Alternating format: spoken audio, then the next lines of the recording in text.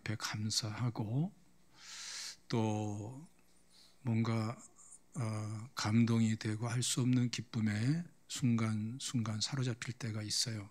여러 가지 분야가 있는데 그 중에 하나가 우리 성도님들이 정말 교회를 사랑하고 성도님들을 섬기고 직분을 감당하는 그 모습을 보면은 참 마음에 감동이 올 때가 참 많아요. 막 뭐 우리 교회는 막 시켜서 막 이렇게 하기보다는 서로 격려하고 또 자발적으로 하는 퍼센트가 월등히 높은 교회인데 그런 모습 보면은 참 감사하고 기쁘죠. 그런데 그렇게 직분을 감당하고 또 맡겨진 직분이 아닌데도 자원해서 교회를 또 성도를 하나님을 섬기는 그런 분들을 또 하나님이 많이 축복하시더라고요. 아까 2부 예배 드리셨던데 유정필 집사님 같은 경우는 한 10년 넘었죠. 15년 가까이 된 것 같은데 좀 먼 곳, 좀 거리가 여기보다 멀죠. 저 신도시 쪽에 그걸로 이사하기 전까지는 요 성경 앞에서 사셨는데 새벽 기도를 한 번도 빠지지 않고 예배를 드리시고, 근데 예배 드리기 약 30분 전에 일찍 나오세요. 일찍 나오셔서 교회를 뺑 돌면서 거기 떨어진 휴지 줍고 담배꽁초 줍고 껌딱지 줍고 뭐 라면 먹다 버린 봉지 같은 거 줍고 그 다 주세요. 그래서 교회 올 적에는 조그만 집게 하고 검은 비닐봉지를 꼭 가져오셔서 그거를 다 줍고 나서 쓰레기 처리하고 새벽 예배를 드리는 거예요.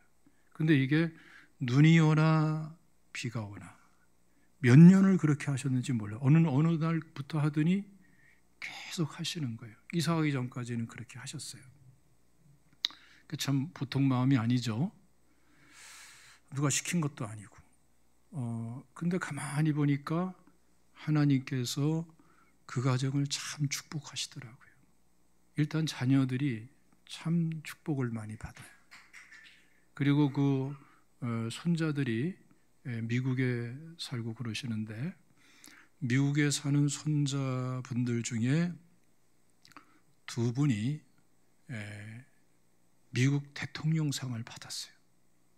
그 중에 한 분은 오바마 대통령의 상을 받고, 그게 참 이민 생활에서 타국에 가서 살면서 쉬운 게 아니죠. 한국에 살면서 한국 대통령상 받은 사람도 찾기가 드문데 우리 교인 중에 혹시 있나요? 한 10명쯤 되나? 내가 듣지 못했어요. 비밀로 하는지 몰라도 받기 어려운 거거든요. 두 분이나 받았어. 그리고 지금도 자기 분야에서 정말 귀하게 그 미국 사회에서 역할을 하면서 정말 축복받는 것을 볼 수가 있어요.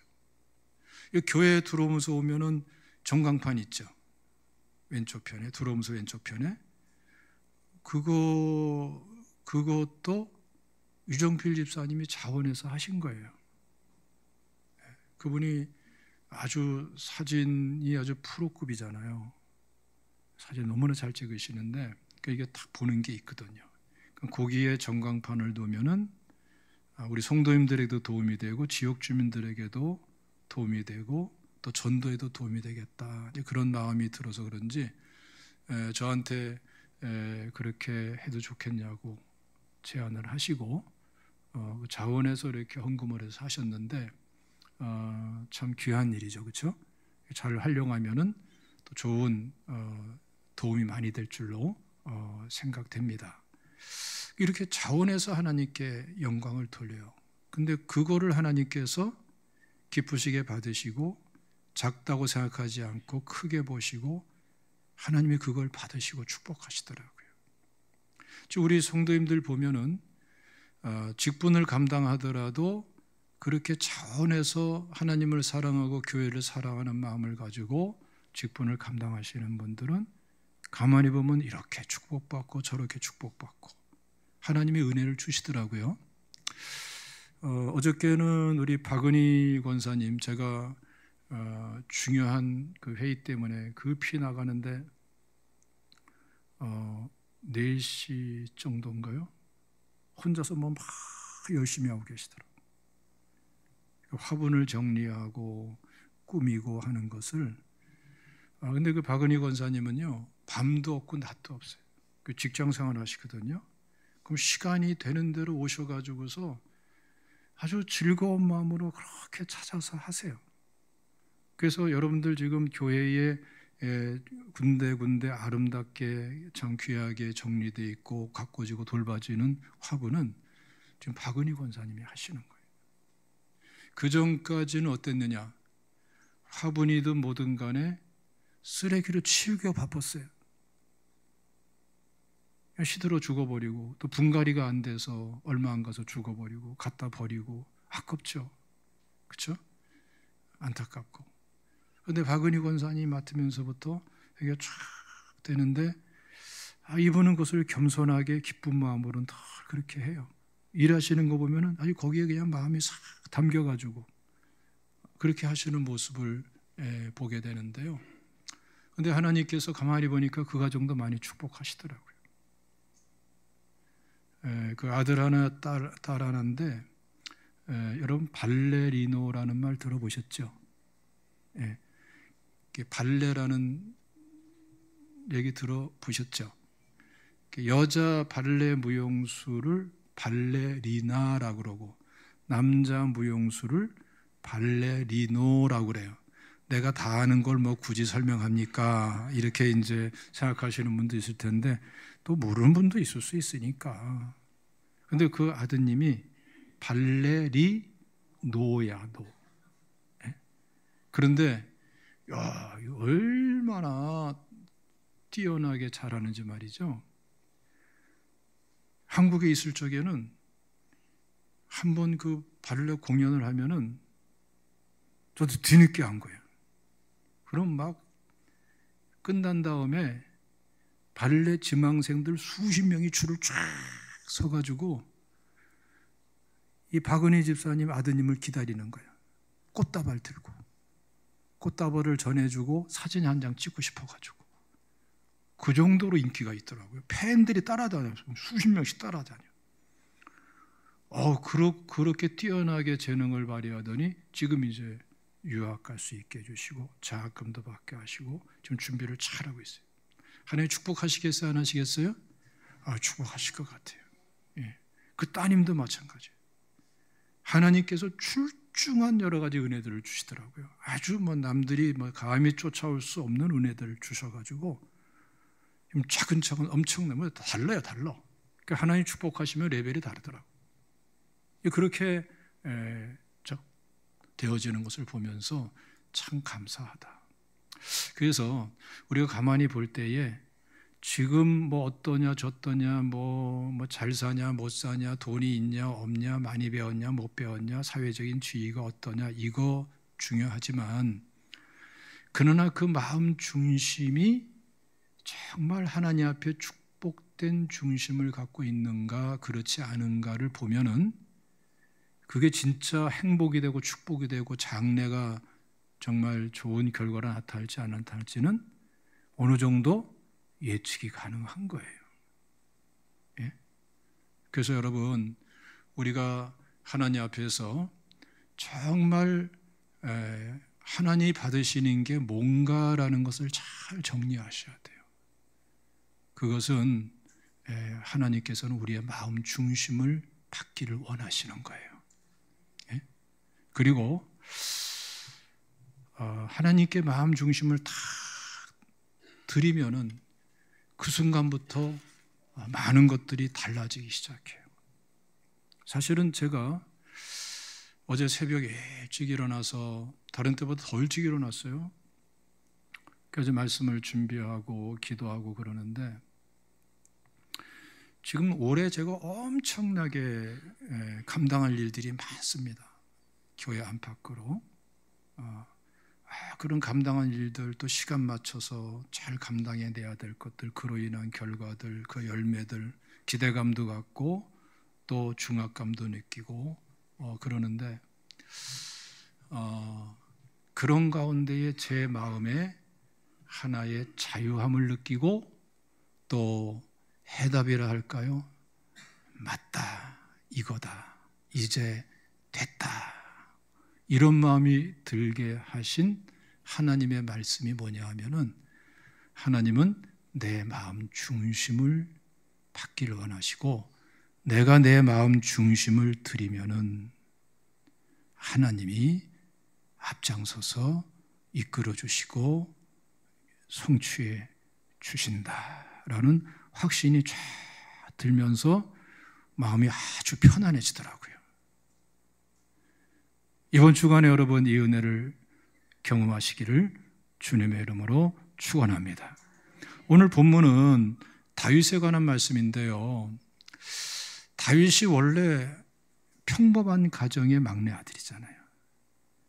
이스라엘 사람들이 일반적으로 그렇듯이 그 집안도 목축하는 집안, 양치는 집안이거든요. 그러니까 어릴 때부터 손이 딸리니까 양 몇 마리 데리고 나가서 양을 치고 밤을 지새기도 하고 그러고 돌아오는 거예요, 일상이.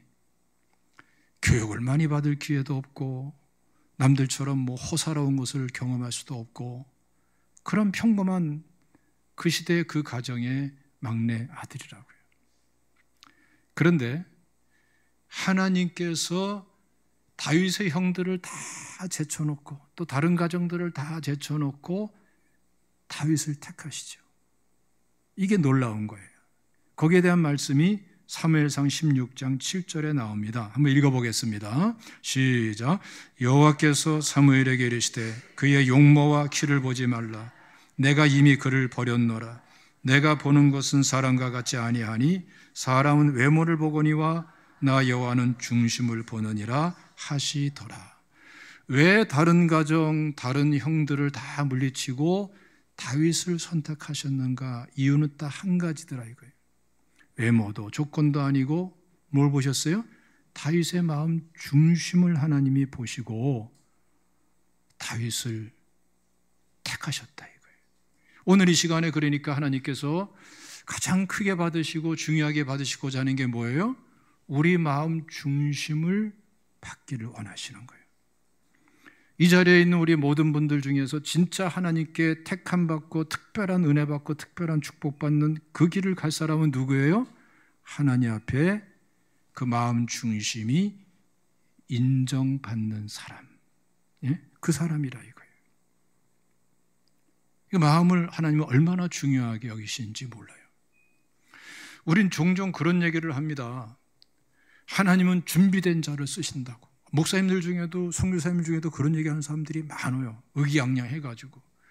그 말이 전혀 틀린 말은 아니에요. 준비해야 돼요. 그러나 사실은 완전히 맞는 말도 아니에요. 왜냐하면 모든 것이 다 준비됐어도 사울처럼 되는 경우가 있고 형들처럼 외모가 출중하고 다른 거 출중해도 쓰임받지 못하는 사람이 있고, 진짜 하나님께 우리가 준비할 것은 핵심적이고 우선적인 것은 뭘 준비해야 돼요? 우리 마음 중심을 준비해야 되는 거예요.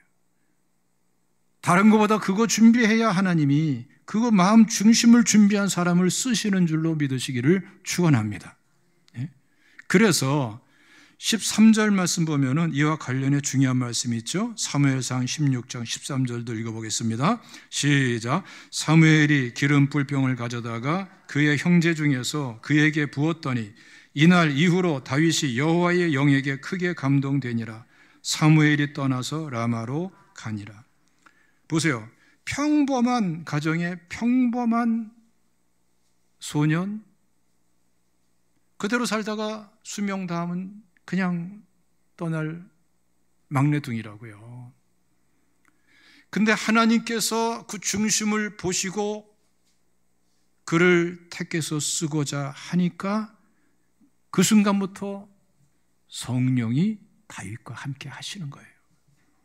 이제는 자기 혼자 사는 게 아니라 하나님이 함께하는 사람, 자기 능력으로만 사는 사람이 아니라 하나님의 능력으로 사는 사람.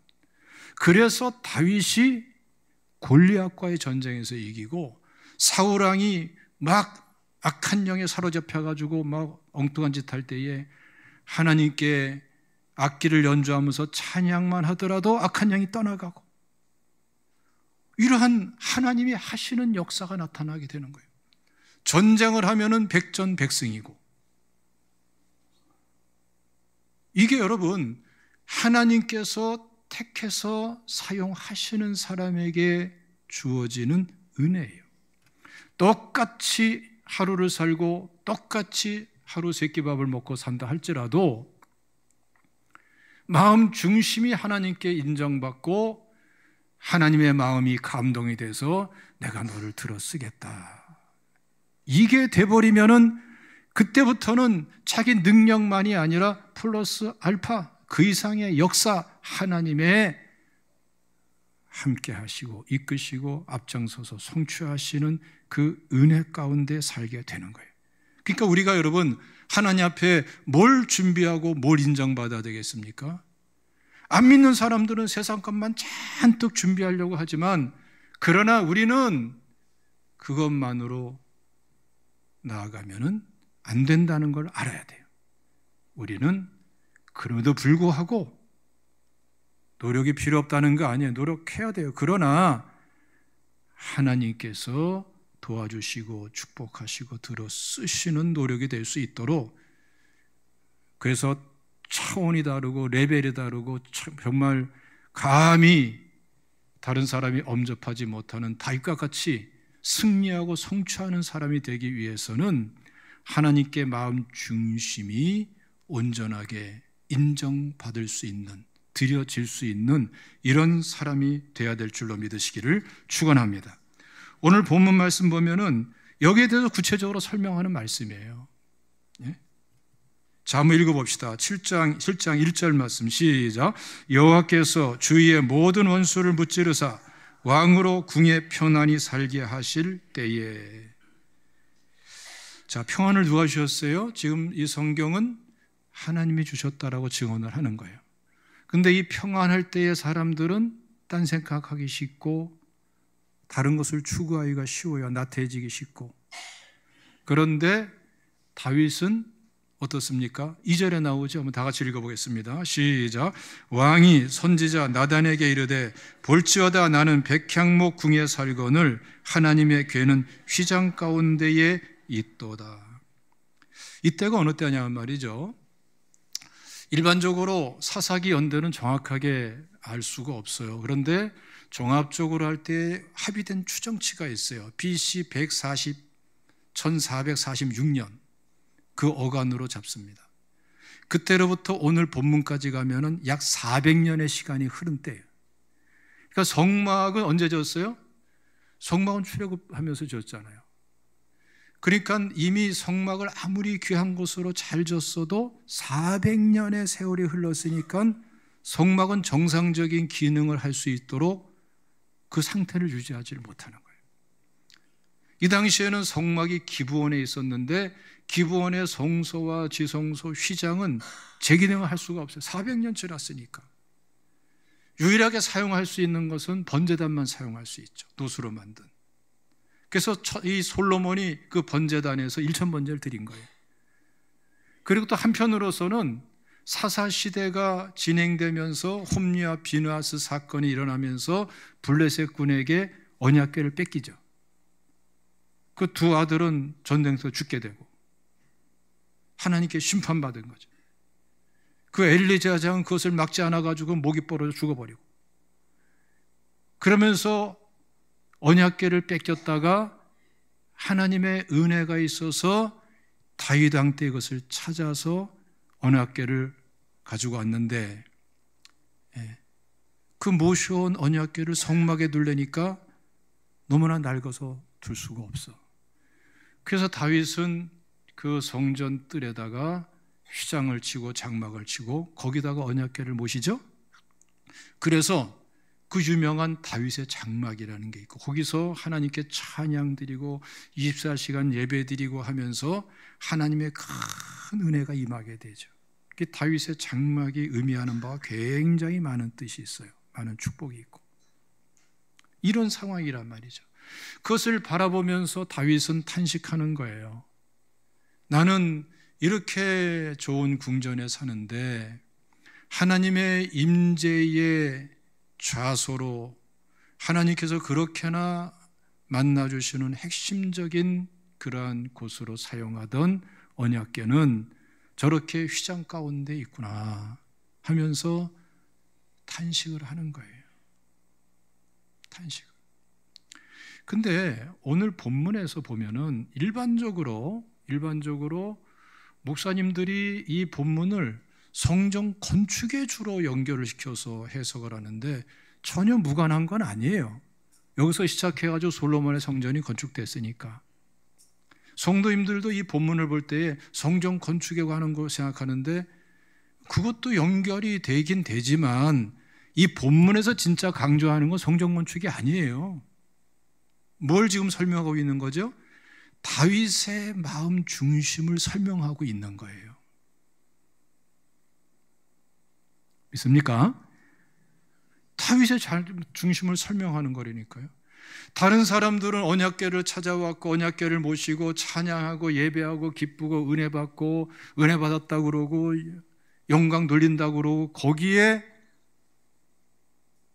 머물러 있는데 다윗은 나는 백향목 궁전에 사는데 하나님은 저 초라한 장막에 있구나, 휘장 가운데 있구나 하면서 안타까운 마음을 갖는단 말이에요.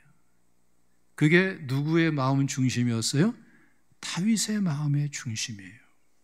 그러니까 하나님께서는 외모를 보지 않고 중심을 보신다 할 때에 그건 다윗의 중심을 성경은 하나님은 어떻게 인정하고 설명했느냐, 그걸 설명하는 게 본문 말씀이에요. 하나님과의 관계에서 하나님께서 영광 받으실 저 언약궤가 어떻게 저기에 있는고, 간단한 마음 같은데 이걸 하나님께서 기쁘시게 받으시는 거예요. 그러니까 여러분, 하나님 앞에 여러분 마음 중심을 드린다는 것 잘 생각해야 돼요. 지금 다윗은 누가 시켜서 그런 게 아니에요. 하나님이 그걸 지적하죠. 한번 읽어보겠습니다. 오늘 본 말씀 보면은 그 다음 절 뒷부분에 가서 7절 다 같이 읽어보겠습니다. 시작. 이스라엘 자손과 더불어 다니는 모든 곳에서 내가 내 백성 이스라엘을 먹이라고 명령한 이스라엘 어느 지파 가운데 하나에게 내가 말하기를 너희가 어찌하여 나를 위하여 백향목 집을 건축하지 아니하였느냐고 말하였느냐. 무슨 말씀이죠?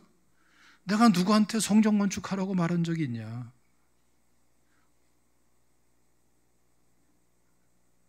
이 다윗에게도 말도 안 했고 어느 집한테 말한 적이 없다.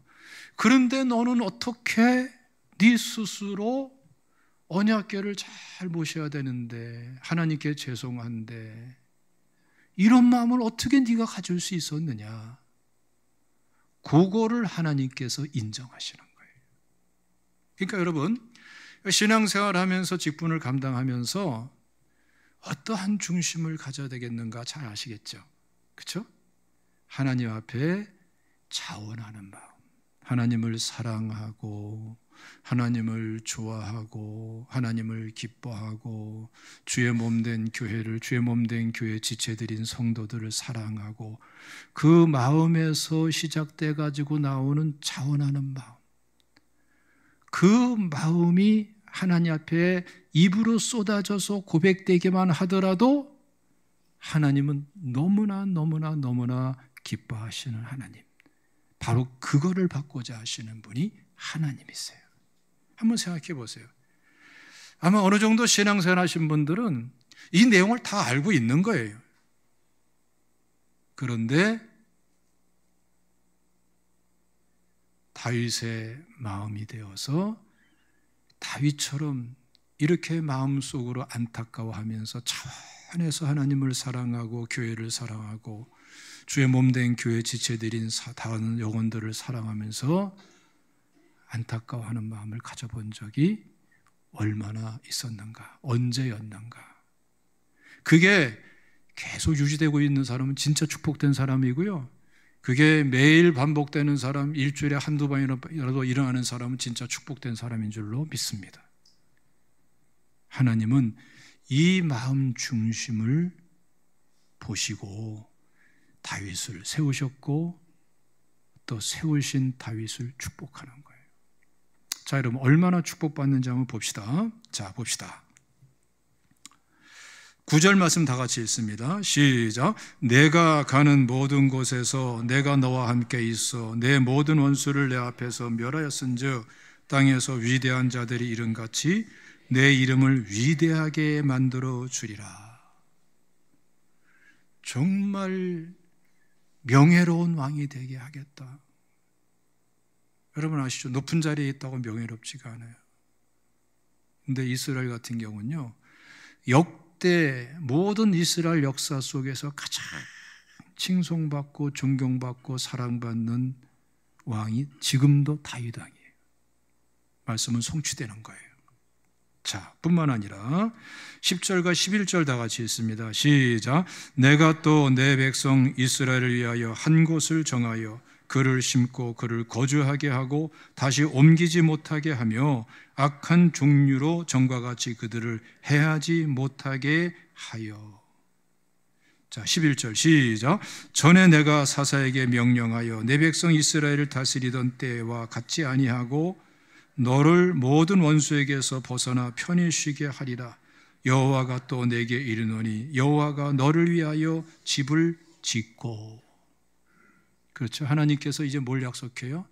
평안을 약속하세요.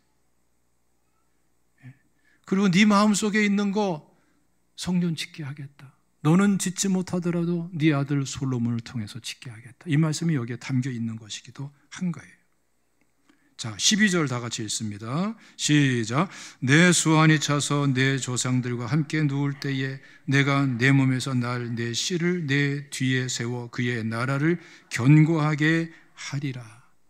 네 아들이 너를 이어서 왕이 되게 해주겠다. 어떻게 생각하면 당연한 것 같으죠? 아니에요. 여러분, 북이스라엘의 역사를 보세요. 대가 이어지지 못해요. 그래서 숱하게 많이 나오지 않습니까? 예? 왕이라고 해서 편안한 게 아니에요. 예? 왕이라고 해서 자기 아들에게 왕위를 물려주느냐? 그건 축복이에요. 축복이 아니면 안 되는 거예요. 자녀들에게 뭐 아파트 좀 하나 물려주고 뭐 좀 물려주고 하나님이 축복하시면은 왕위를 물려주네, 나라를 통째로 물려주시네. 이건 하나님의 축복의 영역이에요. 믿습니까? 예. 내가 하나님 앞에 다윗과 같은 중심을 가지면은 하나님은 다윗과 같은 축복으로 역사해 주시는 줄로 믿으시기를 축원합니다. 자, 13절부터 읽겠습니다. 시작. 그는 내 이름을 위하여 집을 건축할 것이요 나는 그의 나라 왕위를 영원히 견고하게 하리라. 나는 그에게 아버지가 되고 그는 내게 아들이 되리니 그가 만일 죄를 범하면 내가 사람의 매와 인생의 채찍으로 징계하려니와 내가 내게서 물러나게 한 사울에게서 내 은총을 빼앗은 것처럼 그에게서 빼앗지는 아니하리라. 내 집과 내 나라가 내 앞에서 영원히 보존되고 내 왕위가 영원히 견고하리라 하셨다 하라. 그러니까 다윗에게 또 언약한 게 뭐냐 하면은 네 바로 다음 아들만 왕으로 세우는 것이 아니라 너의 혈통이 대대로 왕이 되게 하겠다. 엄청난 축복이죠. 그렇죠? 심지어는 그 아들 중에서 잘못 악을 행해서 징계받는 경우가 있다 하더라도 사울왕처럼 왕위를 폐하고 그리고 왕권이 다른 나라로 넘어가지 않도록 보호해주고 징계는 할지라도 계속해서 왕이 이어지게 하겠다.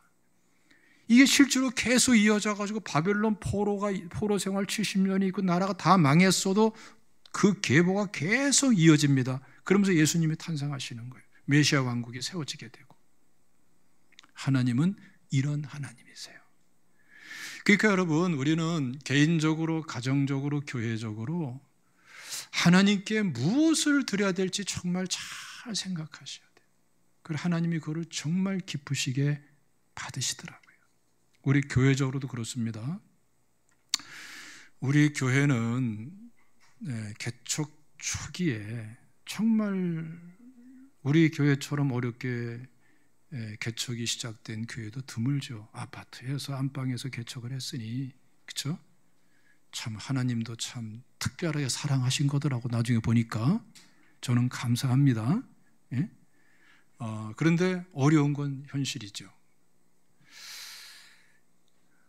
그리고 우리가 사골세를 지금 여기 지하에 세를 들어가지고 여기서 신앙생활을 하는데, 그때가 상황이 어땠냐 말이죠. 여기 방수시설이 안 돼가지고 지금은 여러분들 그때 비하면 호사를 두리는 거예요. 들어오면은 곰팡이 냄새가 귀하게 나요. 예? 그때 신앙생활 하신 분들은 정말 함께 하신 분들 귀한 분들이에요. 여름에 장마철이 되면 말이죠, 계속 물이 솟아, 물이 막 고여. 그러면은 저쪽에 그거 다르게 안 돼, 퍼내야지. 그러면 성도님들이 시간을 짜가지고 돌아가면서 밤새도록 물을 퍼내는 거예요. 그렇지 않으면 막 물이 차. 그런 환경이었어요. 그런데 그때가 어느 때냐 하면은 옛날에 그 소련이 무너지는 때. 그러면서 소련의 위성국가가 되어 있던 동구권의 나라들이 이제 독립국가가 되는 거죠. 그런 나라들이 막 생겨나고 있었는데, 그리고 거기에 복음이 전해지고 선교사님들 통해서 막 예수 믿는 사람들이 일어나고 막 그럴 때인데, 예수 믿는 사람들은 기하급수적으로 늘어났는데 예배드릴 장소가 없어. 그 불가리아가 그런 상황이었어요. 그래서 그때에 그 선교사님을 통해서 그 어려운 중에 우리 성도님들이 저기 우리가 교회를 건축해 줘야 되겠다. 환율을 따지면은 또 차이가 많이 나가지고 어느 정도 가능성이 있는, 그래도 마음을 모아고 힘을 모아야죠. 불가리아에 교회 건축을 했어요. 예니교회 지역에. 그래서 거기 교회 이름이 예니교회 제자교회예요. 그 후에는 미국 교회 도움받아가지고 교회를 더 크게 줬어. 우리 교회보다 막 비까비까 할 정도로 막 그냥 불가리아에 부흥이 일어나고, 그러한 역사가 일어났어요. 또 한 번은 저기 현리에 맹호 사단이 있어요. 맹호 부대 아시죠? 파병했던 파월 부대 중에 하나였죠. 그 현리에 맹호 사단 본부가 있고 거기에 여단들이 쫙 있는데 기계화 여단들 있고 그래요.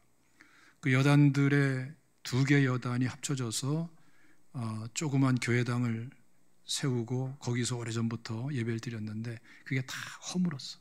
오래돼가지고. 근데 기한 내에 짓지 않으면은, 재건축하지 않으면은 이제 불교가 불당을 짓는 거야.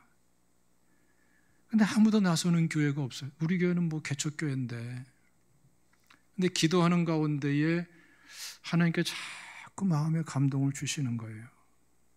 그래서 성도님들한테 제가 광고를 했어요. 지금 이 교회가 이런 상황인데 자꾸 나한테는 이런 마음을 하나님이 주시는데 한번 우리 기도해 봅시다. 그리고 기도하고 하나님께서 힘 주시고 믿음 주시고 하나님이 뭔가 참여하기를 원하시는 마음을 주시면은 다음 주까지 한번 그 군인교회 건축 헌금을 하십시오.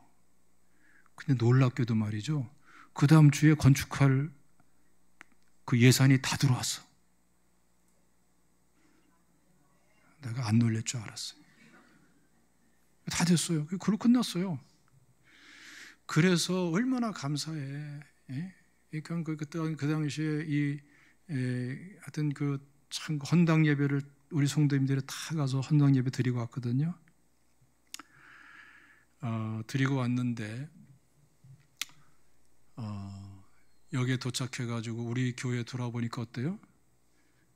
치하에 월세 교회에 곰팡이 냄새 나고 물이 삐직삐직 나고, 여기서 같이 잠깐 기도하고 이제 헤어지는 건데 불을 갖다 끄고 이제 군데군데 불만 있는데, 권사님 한 분이 저한테, 난 앞에서 기도하고 있는데 다가와서 목사님 부르는 거예요. 누구 목소리인 줄 알지? 그렇죠? 왜 그러시냐 그랬더니 쭈삣쭈삣하면서 하는 얘기가, 목사님 우리 교회는 언제 건축해요? 그러는 거예요. 참 권사님들이 똑똑해. 예? 아이고 참 그 감동이 됩니다. 나도 그 마음을 가지고 기도하고 있었거든. 하나님 우리 교회는 언제 허락하실 거죠? 그래서 제가 그때 무슨 얘기를 했냐면은, 하나님 우리가 이 상황 속에서 하나님이 주시는 대로 순종하면서 우리 마음을 드렸지 않습니까? 그때 하나님이 원하시는 마음은 불가리아 제자교회 군인교회 건축을 위한 마음이니까 우리 그렇게 드렸습니다. 그 얘기죠. 세 번째는 우리 교회를 하나님께서 책임져 주시지 않겠습니까? 우리 기도합시다. 그랬더니 그 권사님 귀하죠? 네, 그러고서 같이 기도하는 거예요. 그러더니 이상하게 막 일이 이루어지는 거예요. 예? 갑자기 돈도 없는 우리 교회에다가 이 건물주가 우리 교회에다가 팔겠다는 거예요. 우리 돈 없다, 안 산다. 그리고 우리 여기 지금 물질을 지금 내가 지겨워 죽겠는데 뭐 속마음으로 안 산다고. 그랬더니 꼭 사야 된다는, 이분들이 불교 신자예요. 예? 나중에 보니까 말이죠, 이 건물을 판다라는 말이 도니까 스님들이 줄을 이어 일주일에 몇 명씩이고 이 건물 자꾸 들어오네. 생전 보지도 않던 스님들이. 그러니까 스님들이 이 건물을 살려고. 그 이유가 뭐냐면은 이곳이 포교원을 하면은 딱이래. 포교원하기에 그렇게 좋은 위치래, 이 교회가, 이 건물이. 예? 사실 안산시에서 전체 안산 개발할 때부터 주거 중심 지역이 성포동입니다. 예, 아시는 분은 아실 텐데, 이 안산시 구조를 보면은 그렇게 이해가 돼. 여기가 주거 중심일 수밖에 없겠다. 이건 제가 이 개발 팀장을 맡고 있는 수장공사 그분에게 직접 설명을, 브리핑을 받은 거기 때문에 정확하게 알아요. 그 중에서도 가장 핵심적인 땅이 이 땅이래. 지난 그 건물주가 박정희 대통령 친조카거든요. 박재호 씨라고. 그러니까 청와대에 마음대로 출받은 사람이야. 그 당시에는 원하는 땅 찝어서 사서 개발되는 데는. 그리고 자기들이 찝어서 산 땅이 바로 이 땅이에요. 그런데 이분들은 다른 데는 절대로 안 팔고 우리 제자교회에다 팔겠다는 거예요. 스님들이 돈이 그렇게 많은지 어떻게인지 하여튼 달라는 대로 주겠다고, 그런데 한두 명이 아니래. 불교 쪽에서는. 그래도 거기에는 절대로 안 팔고, 그리고 다른 교회나 다른 단체에도 안 팔고 꼭 우리 제자교회에게 팔기를 원합니다. 이게 너무나 뚜렷해가지고, 나는 원치 않습니다. 이제 속마음으로 계속 그러면서 다른 생각을 하고 있었는데, 이 엎치락 뒤치락 하더니 그분들이 불공을 많이 드렸는지 결국은 우리가 사더라고요. 예? 근데 사실 불공 때문에 그런 것이 아니라 가만히 보니까 하나님이 우리 성도님들의 마음을 받으신 것 같아. 마음 중심을. 할렐루야. 저는 그렇게 봐요. 예. 여기가 사실은 여러분 정신 잘 차리고 들으세요.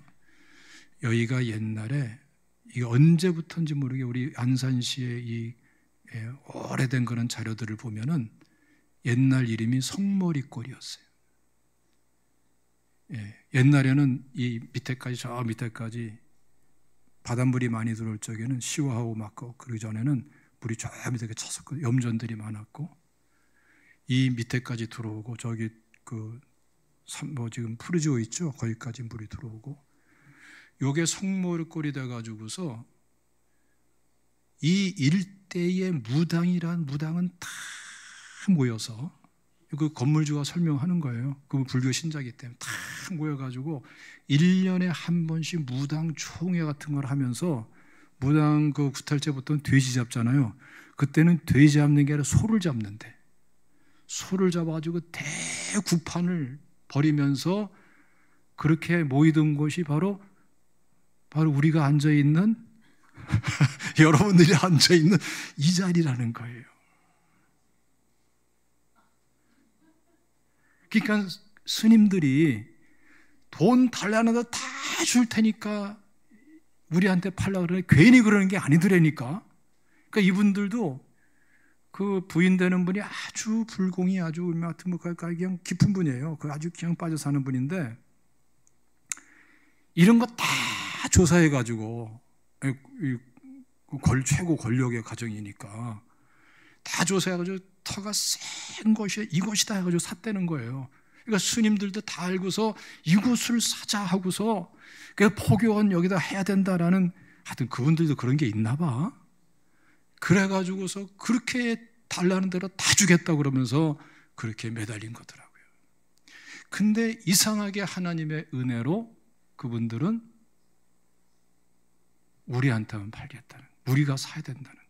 알고 보니까 그 부인 되시는 분의 고모가 크리스찬이고, 그 고모 되시는 분이 또 그렇게 교회를 몇 군데를 줬대요. 근데 고모한테 사랑을 그렇게 많이 받았대. 그 고모 생각하면서 이상하게 마음속에 자꾸 찾아오는 마음은 우리 제자 교회에 이 건물이 이렇게 이어져야 된다, 이 생각이 너무나 뚜렷한 거예요. 참 하나님이 그렇게 역사합니다. 그래서 여러분, 우리 교회가 여기 있는 것은 가만히 생각해 보면 무슨 사명이 있는 것 같아.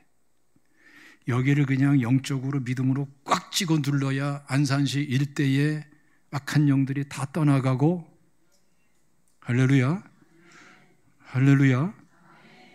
여러분 지금 뭐 시간이 갔지만 얘기할게요. 오늘은 좀 길게 설교합시다. 뭐 그럴 때도 있어야지. 재밌죠? 더 재미있는 얘기 이어서 말씀드릴게요. 잠깐 동안. 아시는 분은 아실 거예요. 여기 뒤에 가면은 산 있잖아요. 노족봉 그러기도 하고 가사미산 그러기도 하는데, 계단 있죠? 그렇죠? 길 옆에 가파른 계단. 글로 쭉 올라가면 약수터 있죠? 그 약수터에 어마어마한 나무가 있었던 거 보신 분 있어요? 예? 아름드리 몇 사람이 이렇게 해야 되는 아주 500년 이상 된 나무예요. 그 나무가. 예? 그러니까 그런 나무다 보니까 거기다 막 절을 하고 거기다 써붙이고 깃발 달고 또 우상 숭배가 되는 거야. 그게. 참 올라갈 때마다 그게 보이니까 안타깝죠. 그런데 어느 때부턴가 우리 권사님들이 새벽 예배 끝나고 올라가면서 한 바퀴 돌면서 거기다가 나사렛 예수 이름으로 선포하고, 내려오면서 나사렛 예수 이름으로 선포하고, 그러고 계시더라고요. 예? 그러던 차에 신우의 회장, 시청 신우의 회장을 맡으신 그 김종수 권사님이라는 분이세요. 우리 김종수 장님 이름 똑같아. 그럼 권사님 여자분이세요. 근데 아주 믿음이 뚜렷한 분이에요. 그분이 여기 성포 동장으로 오셨어. 얘기 들어보니까 출근하면서 아예 한 바퀴 돈대요. 도는데 어딜 중심으로 도느냐? 그 나무를 중심으로 도는 거야. 왜 그러냐? 그건 동사무소에서 매일같이 보호해야 될 뭔가 기념물 같은 거야. 이게 뭐 정해져 있더라고요. 그걸 지켜야 되는 거야. 그런데 우리 권사님들은 예수 이름으로 외치고, 근데 희한하게 말이죠, 어느 날 보니까 걔 나 말라 죽었어. 실제로. 나도 몰랐는데 그 김종수 동장님이 지금 이제 퇴직했으니까 말해도 괜찮아. 저한테 대화 나누는 그때, 목사님 어떻게 하면 좋지요? 뭐가 그러냐고. 우리가 이 동에서 이게 가꾸고 돌봐야 되는 나무 하나가 말라 죽었어요. 그 나무인 거야. 어떻게 하면 좋지요? 어떻게 하면 좋지요? 그래서 걱정하지 마세요. 하나님이 하신 거겠죠. 그건 뭐 개인 선앙당처럼 돼 있고 막 그렇던데 그 하나님이 하신 거겠죠. 기도합시다. 큰 어려움이 없을 거예요. 그러고 말았는데 속으로는 우리 권사님이 기도했지, 우리 권사님들이 기도했지, 선포하며 기도했지. 우리는 알죠. 하나님 역사가 그렇더라니까요. 기도하면은 전화위복이 되는데 하나님께 다윗처럼 중심을 들이면서 기도하면요 역사가 일어나요. 오늘 이 시간에 말씀 마치겠습니다. 여러분들 염려, 걱정, 근심, 과제, 난제 거기에 그거 붙잡고 고민하고 난제에 눌리지 마시고 하나님 앞에서 하나님이 정말 나한테 받기를 원하시는 것은 내 마음 중심이시다. 그 자리로 돌아가서 하나님 앞에서 마음을 드리세요. 거기서부터 기도 시작하세요. 하나님께서 여러분들에게 큰 은혜 주시고 이번 주 그냥 지나가지 않고 하나님의 특별한 은총으로 붙들어 주실 줄로 믿습니다. 기도하겠습니다. 감사하신 아버지